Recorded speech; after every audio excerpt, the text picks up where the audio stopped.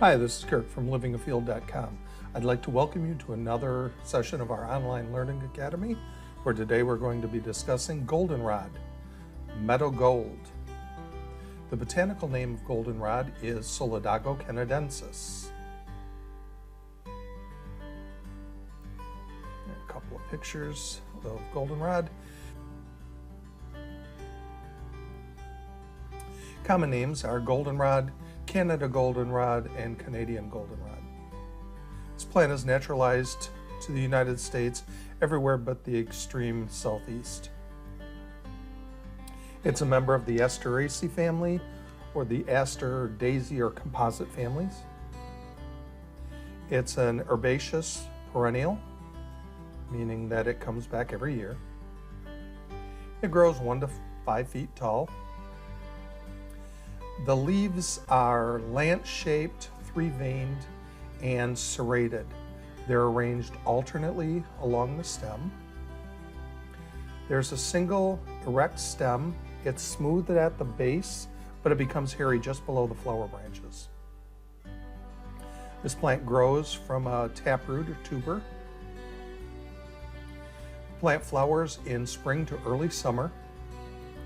The yellow flowers are born in broad, triangular shaped growths called panicle. The flowers persist well into autumn. Each flower ripens to a single small, hard seed. This plant likes to grow along roadsides, in clearings, and thickets. It will usually grow in dense clusters. You use the flower heads, leaves, roots, and seeds of the plant. The leaves can be eaten as a cooked vegetable, and the flowers and seeds can both be eaten raw. Along the stem of some plants, you will find an enlargement. It just looks like a big growth on the plant.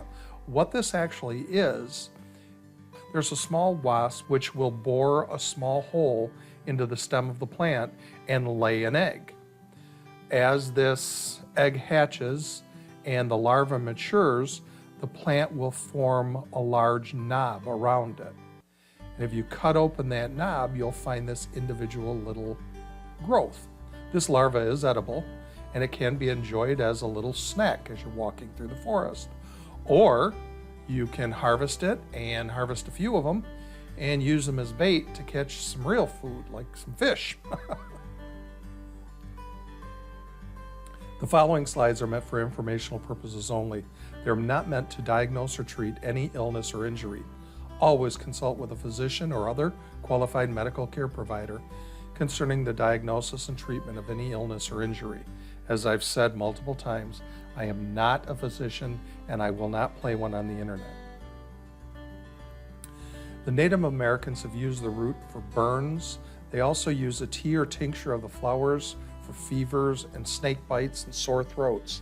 The flowers contain a compound known as quercetin, which is useful in treating hemorrhagic nephritis. This is a malady where your kidneys become inflamed and will actually bleed.